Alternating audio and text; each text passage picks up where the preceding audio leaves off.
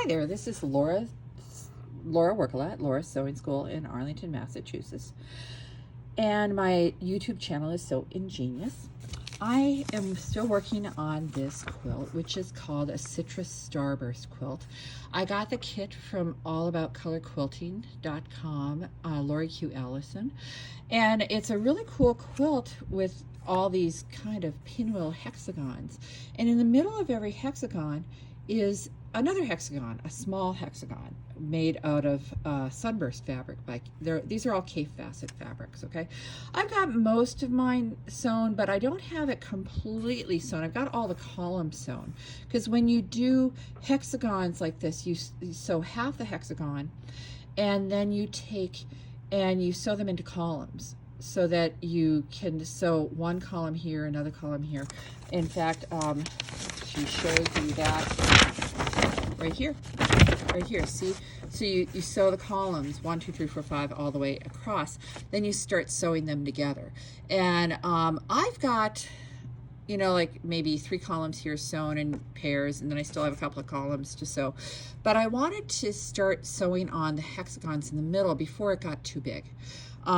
She recommends doing that at the end. I just find I want to do it on a machine. You can do it by hand or you can do it by machine. So I have rheumatoid arthritis. Luckily my hands don't look too bad because I take medication. But I don't want to spend so much time hand sewing. I'd rather put my hand energy into something else. So what I want to show you is that I feel very good about what I accomplished with this, and I'm going to sew them all by machine. This is a piece of fabric I had that looked kind of like the sunburst fabric. It doesn't have the stripes, but it has a flower in the middle. And so I sewed this with my machine, and I used invisible thread, a smoke colored thread by Superior Threads. I got it at a local quilt shop, and I used a regular bobbin in there. I don't know if you can see that. See right there, you can see the stitches. Now here's the thing, there's a book by Harriet Hargrave called Machine Appliqué. I'm not sure where my copy is. It's a fantastic book. She is a fantastic teacher. So any book you see by hers, snatch it up. It's wonderful. She has one on machine appliqué. She also has like a Quilters University with 4 different books. She also has this wonderful book, I think it's out of print, but it's called From Fiber to Fabric or something like that, and it talks about the process of not only how cotton is made into fabric, but how the terminology and how, like, you can see 2 different fabrics, or 2 fabrics that look the same and they may not be the same quality. So it's really good to know. This is a fabric from this particular quilt. I didn't even take a breath there, did I? I found that I decided to use a size 10 needle. I like Schmetz. I buy them in boxes of 100 because, of course, I go through a lot of needles. That's a size 70 European, size 10 American. And because I wanted a finer needle, because I'm using a fine thread, it looks like a hair. You know, it's so fine, it looks like as thin as a hair. Yeah, I don't know if you can even see it here. But anyway, let's see, maybe I can take it off this rack. Here it is. Okay, so extra fine polyester, monopoly, they call it, invisible monofilament, Superior Threads. There are, sorry, I didn't put that in the middle, 2,200 yards. That's a lot.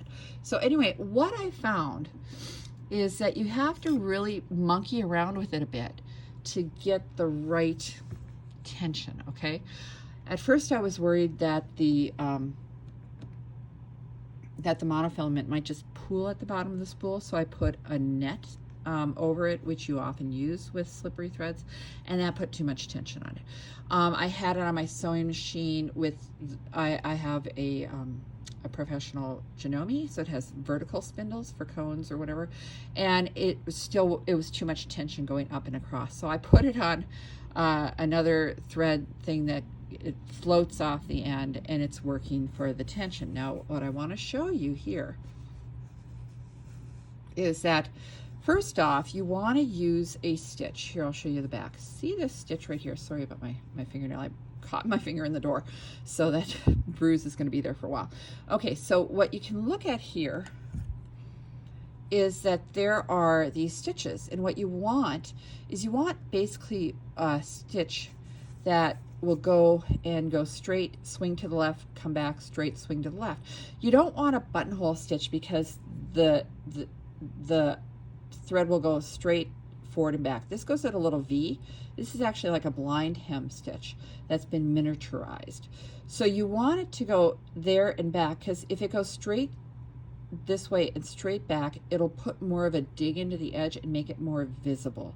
Instead, you want it to go straight, then swing and do this little V, and it's less noticeable, okay? This is the underside, because I'm just using regular thread. I'm using a polyester Gutermann right there. On the top, though, what's interesting is that when I first started doing it, first I had to find what I could get on my machine to work. So let's see if we can look at this. Okay, you can see some of the mask project that I have working on there. All right, so what happens is that first off, I decided to try and do the blind hem stitch, which I don't know if you can, I think you can see that. The blind hem stitch here, which basically goes straight and swings over and comes back and swings over. What I found happened though is that I couldn't adjust it to be any narrower than, let's see which one this is. Let's see, where was it? Once you know it's in the yellow, dang it. I kept trying, and I got this stitch right here, which is straight, but it swings that way too far over. You want it to be miniaturized. So then I found that stitch wasn't going to work. So what I ended up using, because I couldn't get it narrow enough, is that I ended up going over 2 stitches to something that can be used as an overcasting stitch, and I did a mirror image on it because I could control how wide and how narrow that was, okay? So let's see if we can get this right. So what happened is that I put this, the setting is really,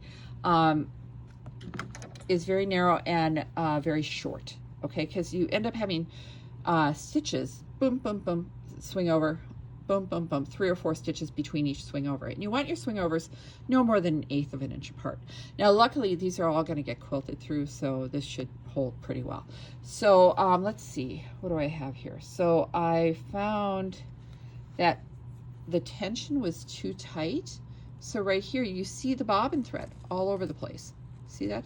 It's like almost all white. I have a kind of orange, peachy colored bobbin thread in there. You can see it right here, this thread. So that wasn't going to work. So I kept changing. Like here, it's showing mainly on the straightaways, but it's still showing. And the further I went, the worse it got. So it was getting too tight as I went. This one was too long between the swing overs, but the swing over is pretty good.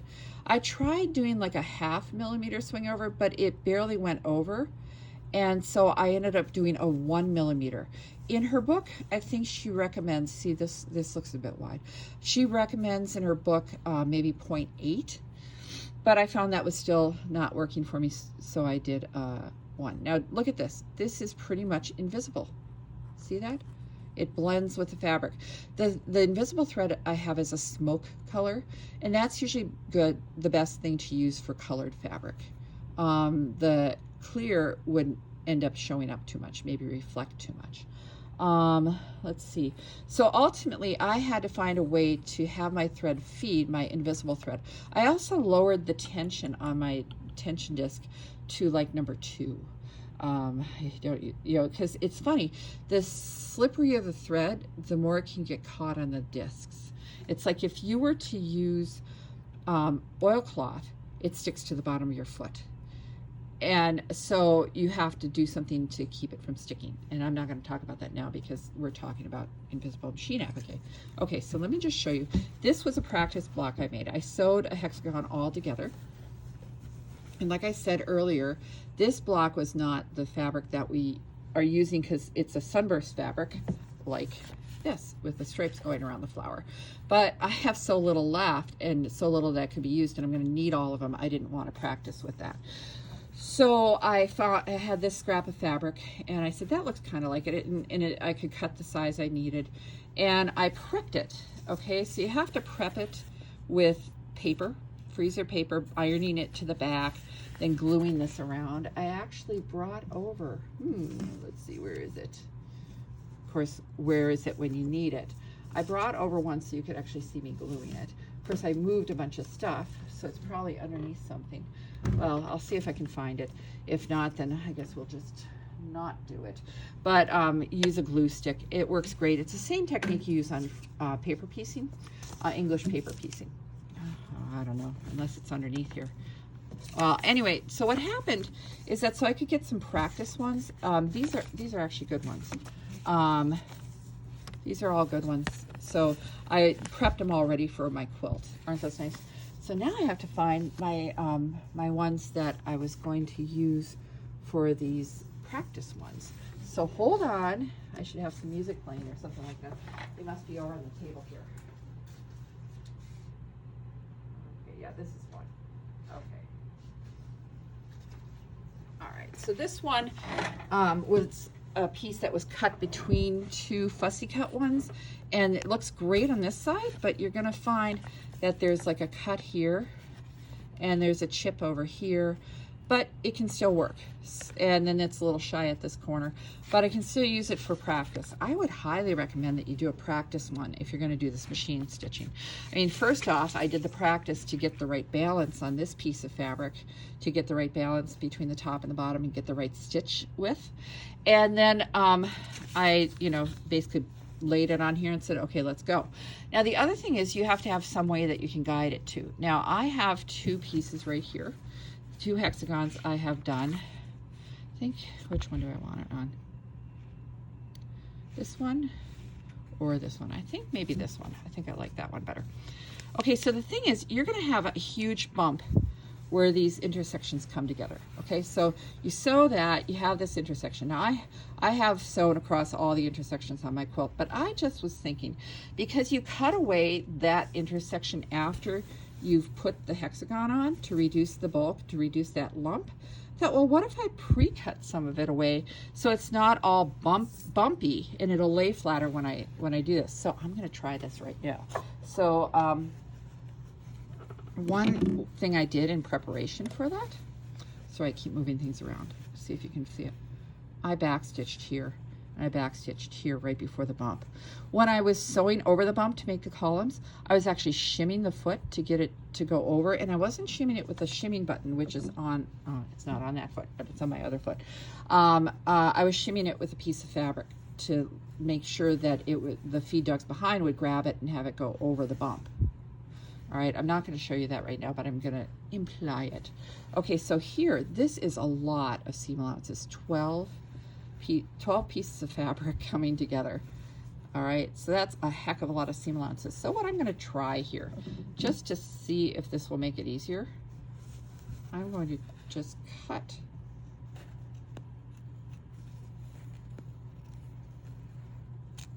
around there like that. I've already pressed the seam open, and I think that's just going to lay flatter, to get those seams away from each other. So here, you can see there's a hole there. Yeah, that's definitely flatter now. So what I'm going to do is, because the hexagons are going to go vertically. Okay, now here's what's interesting that she did. She took and has, okay, come on. All right. She has the hexagons with the point going up and down like that. And yet she puts the center hexagons with a point going sideways, like that.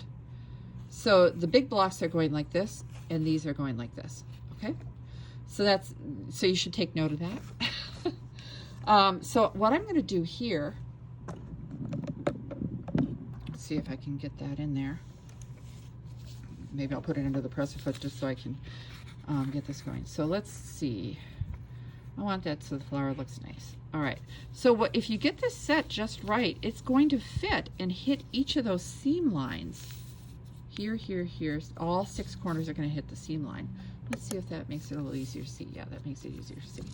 So what I'm going to do is I'm going to stick a pin in here and pin right on that seam line. Okay? I don't like that. Got to get the right orientation up and down for that to hit the seam lines. Okay, that looks good. These two hit these seam lines, that hits that one.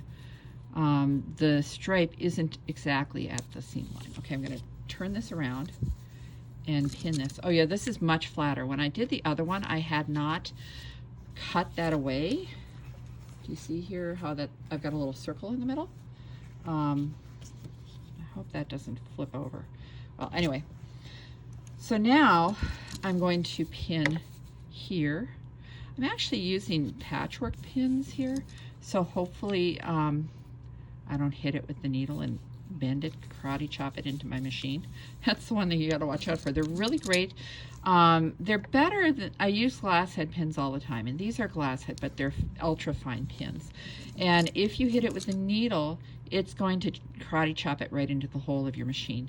Unless maybe if you have a single hole on your machine. I'm not using a single hole on this because I can't with this stitch. Okay, so now I have pinned that on every one of these corners, and I'm going to start in between the corners. Okay, now I'm going to want to start where it's a little darker, and let me just, I'm sorry, I'm going to do this. Ooh, I hope that maybe I can back it off and it's not too, maybe we can do something. Okay, I'm using my light to try and get this. Okay, there. All right, so what I want to show you is that this particular presser foot, okay, there is a little gap right there.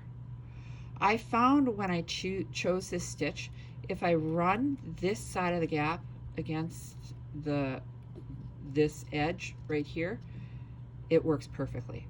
So what's going to happen, the straight stitches are going to run right next to the edge, and the little V that goes sideways and back will hit this edge here.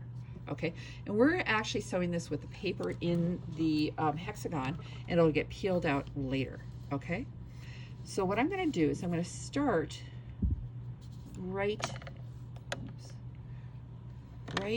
there, and let's see, that's the straight stitch. Okay, so let me see.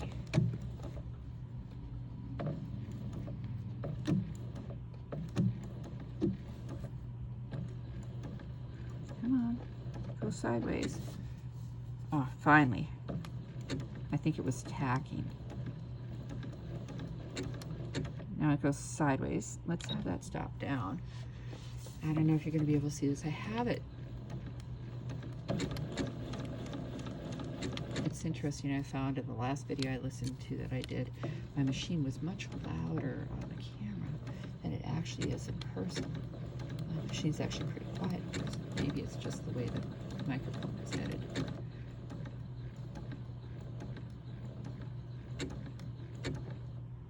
Now I'm going to rotate. Okay, so you might be able to see it right there.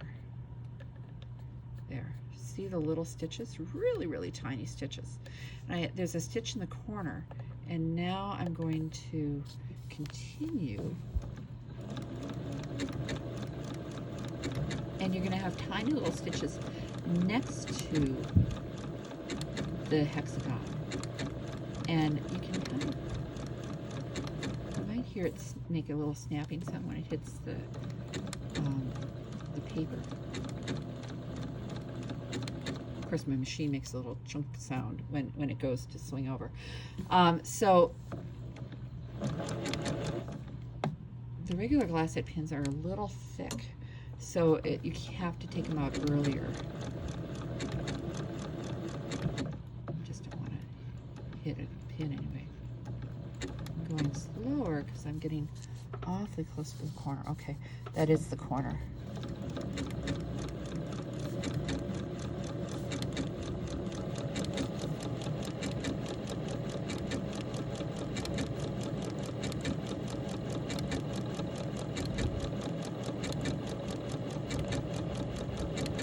You have to find a presser foot that works for you to be able to guide it, to be able to see it. You know, like I've got lots of presser feet. I love to collect presser feet, but presser feet that were designed for the particular machine I have, because sometimes you get those generic feet, 35 feet for 20 bucks or something, but they're not necessarily going to work on every machine, and they may not really line up the way you need them to. What was I going to look for? I'm going to look for a guide foot here. Because I can't use a stitch in the ditch foot with this one. I I'm digging in my thing here. Well, okay, sometimes there's a foot where you have a guide that is adjustable side to side. You might be able to use that, but then you'll have to make sure it doesn't hit the pins. Okay. Sorry, I didn't have that, and I don't want to walk across the room to get one out of my student machines. Okay, let me grab that. Oops.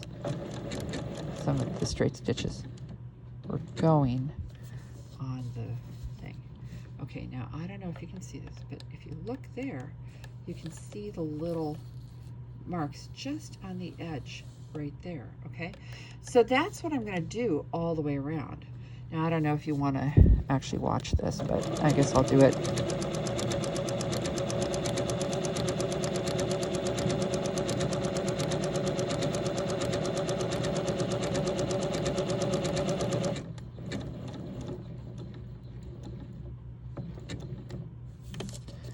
Okay, that was right at the corner, so I can. This is the great thing about having a machine stop in the down position, is that it'll hold your spot for you when you stop. Okay, so here we go.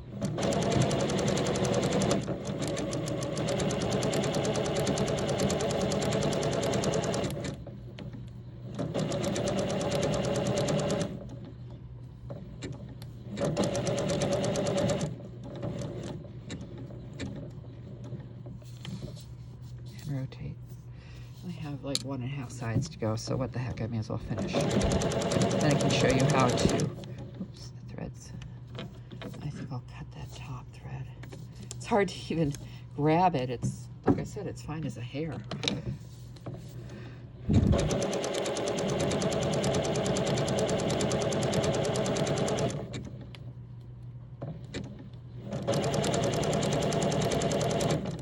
Hopefully none of the seam allowance is flipped. I was trying to be very careful to press really well every time I pressed to make sure the seam allowances were really flat.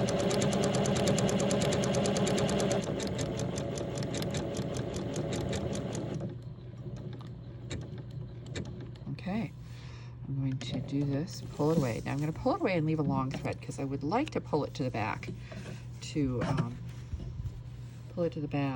try and tie it. Okay, so let's see which one is the one that I just did. Probably this. That's a nice long one, so that's probably it.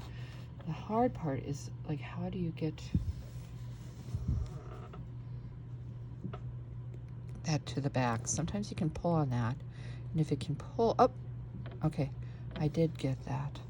Okay, you can't see it, but I was able to get the thread to pull to the back. Okay, I just got the original thread there. All right, I'm going to do an overhand knot. Okay, I'm going to take this, wrap it around my fingers, put the tails through the loop, put the intersection of the loop against the surface. Sorry about the non-contrasting thread, and pull.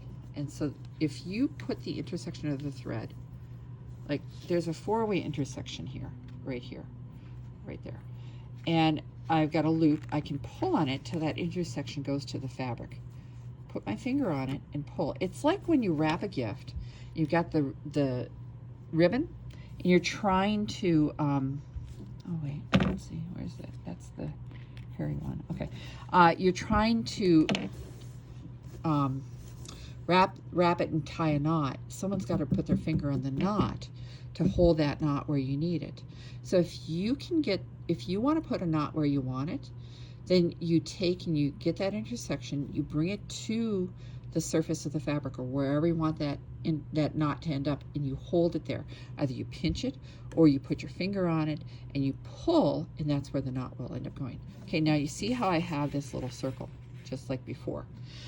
Ultimately, I suppose you could leave it there, but you got to get that paper out. Okay, so what I'm going to do is I'm going to cut outward here, and I'm going to basically go parallel to the stitching lines, but I'm leaving like about a 1/2 inch seam allowance because I just really don't want to worry about those seams coming undone. And I'm rotating at every other seam. All right, here we go. And now I have hexagonal opening. Okay, now I want to get that paper out. So I find that you could open this up and just kind of pick at that. Okay, where's that? Okay, where is that? Underneath the seam allowance. Like that. And then if you can put your finger underneath like this, it loosens the bond that the freezer paper has in the back of the fabric. Now you may have to pull because you sewed through the paper, the edge of the paper. There you go. And there it is. Nope, that's just a fold over, so I didn't lose any paper. So you see it's shiny on this side and dull on this side, and that's what held it.